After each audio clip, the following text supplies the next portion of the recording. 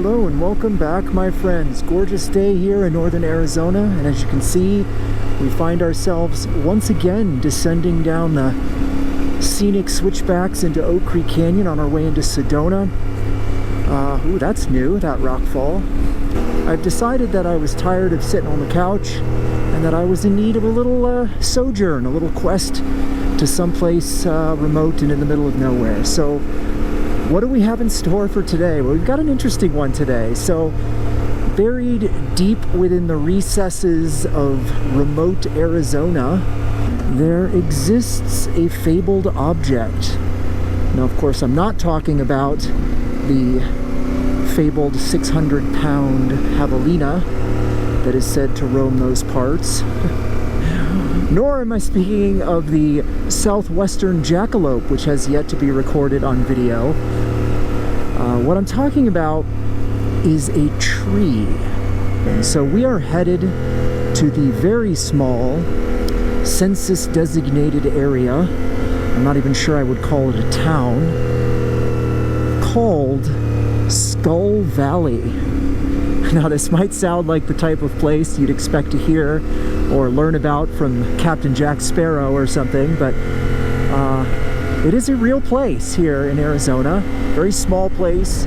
Never been before, never even been to that area before.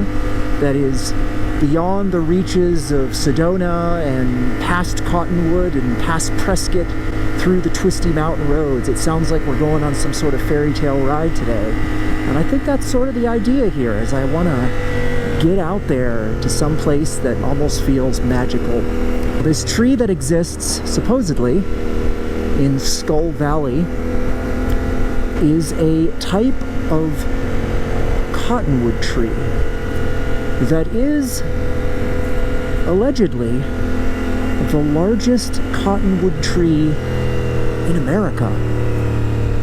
And certainly the largest cottonwood tree in Arizona. So I need to do a little digging on this, and obviously we can't know every single tree that exists out there because there are just some places that have never been visited by human eyes. So at least in the record books, this tree is said to be the largest cottonwood tree in Arizona. Now, you could make some arguments about, well, there's certainly some ponderosas that are probably taller than this cottonwood, but sheer girth and circumference and just magnitude, I'm not quite sure the right metric to use, but it is a superlative either way, in that it is one of the largest trees in the country. We are making our way up through the canyon here to Jerome. Some beautiful geology, some bedded stratigraphy here on both sides of the road. Already starting to get into some prickly pear cactus and other desert plants, and then we're gonna go right up into that notch up there through the mountains. So it's gonna be a good day. Ooh, man, this town is busier than Sedona. We need to get the heck out of here. This is a zoo. Absolute zoo. That is a cool car, huh? How about that? I always love the signs that say watch for rocks. Speaking as a geoscientist, that's sort of my default mode. Just saying. My goodness, 15 miles per hour. That is what I'm talking about. Yeah. They don't mess around going up and over Mingus here. I forgot just how awesome these views are. Look at, here we are cruising along over 6,000 feet, looking out into the valley there, all the red rocks of Sedona, and we're getting back up into the pine trees here. It's just, I love this part of Arizona because you can go for a 50-mile ride and cross through like multiple climate zones, ecosystems. And I just gotta say, being that we're in that Halloween season, Skull Valley is a pretty cool name for a town right now. It's right up there with Sleepy Hollow, I think. I can only imagine what sort of fun Halloween decorations they do for their little community there. Welcome to Skull Valley. Watch for zombie children. Just kidding. Oh yeah, there is definitely some big cottonwoods. Look at this one. My goodness. She's a monster. It's a beaut, Clog, it's a beaut. Alright, I think I'm gonna have to pull over up here and we're gonna have to see if we can figure out where this tree is.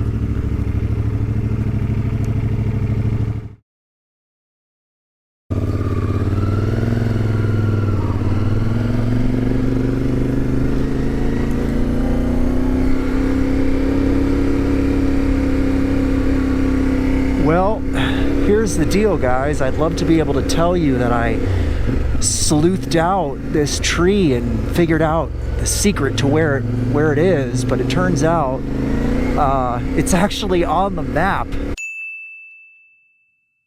I just found a pin for it on Google Maps for the tree. So I feel like I had this whole grand plan of like driving around this town trying to find this big tree, and well, thanks to Google Maps, it looks like it's just right up here. So that's okay, it saves us some time.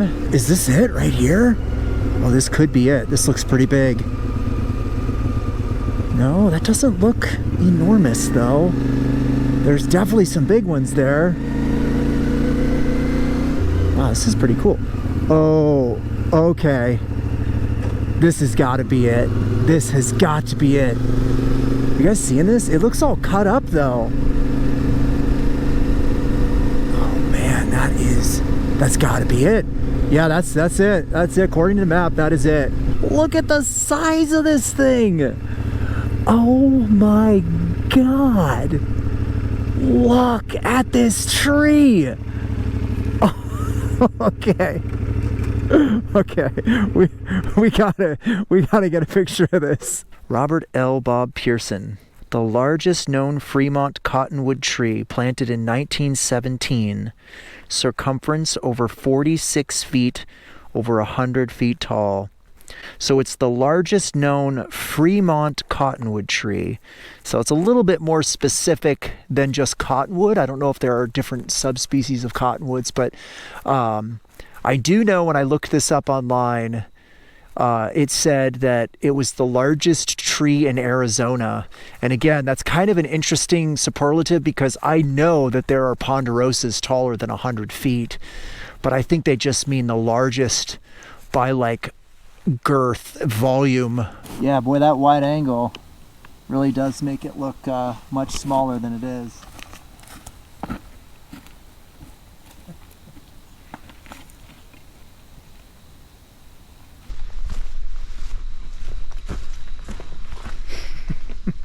It's just all tree. It's all tree. Gosh. Remarkable. Look at all the gnarls, and it's almost like a cottonwood tree that turned into like a bristle cone. It's got all these crazy like mutations and weird bulbs and stuff on it. Man, that is silly. Silly, I tell ya. Just silly. It is not so mythical after all. It's real and it exists in the Valley of Skulls. Random dirt driveway in a unincorporated hamlet in central Arizona with a couple dozen houses maybe. And yet here we are, the largest tree in Arizona. This is crazy. Well, let's see if we can get ourselves to Perkinsville. You'd think just stopping to look at a tree wouldn't be all that exciting, but that was really cool. All right, folks. Well, we are just about to get into some wilderness areas here. We're going past Hell Canyon here, which is the headwaters of the Verde River, but also, I'm not sure what this is. Some kind of refinery? Oh, it's a Drake cement training. Maybe it's a cement manufacturing plant of some kind. Well, oh yeah, pavement ends. Here we go. Let us do a little ABS mode. off-road. There we are. This might be a good place to get the drone out, although I want to get past these high voltage lines up here, because we definitely don't want to have our drone flying near those. Alright, I think I'm gonna pull over down here at the bottom, and we will see about getting the drone out. A little rocky in here. That's okay. Okay. Beautiful. I might even have a snack while I'm here.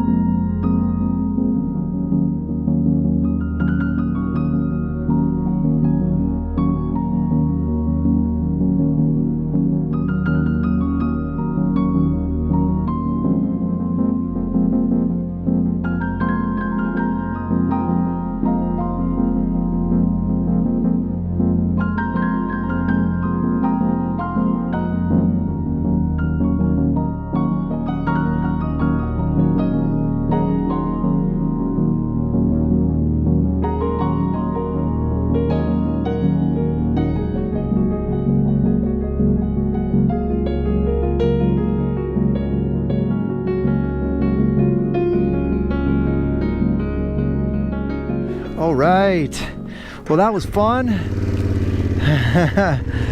Let's see if we can't make our way to Perkinsville Road here in one piece. Oh man, we're getting out here, aren't we? This is starting to feel a little bit remote, I gotta say. Definitely feeling a little bit disconnected from the world right now. Oh, I am seeing what looks to be pavement. So I think we have arrived at our Perkinsville Road. Fantastic. This is the road, yes. What I remember about this road, in all the times I've ridden it, I think maybe 3 or 4 times, is that it always feels empty. All right, friends, well, we are coming right up on Bill Williams Peak. There she is. The summit is right there. You can see the towers at the top.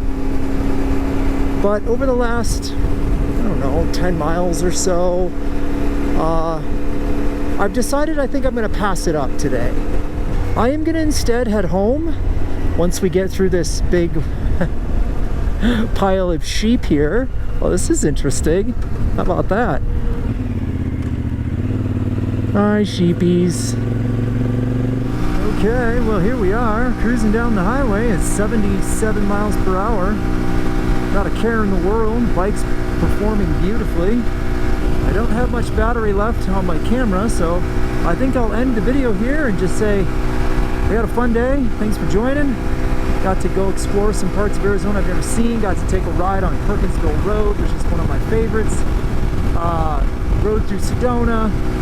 Got to go up and over through Jerome, and now we're back up in the high country where it's pleasantly cool out right now in the afternoon, and I can see the San Francisco high peaks off in the distance.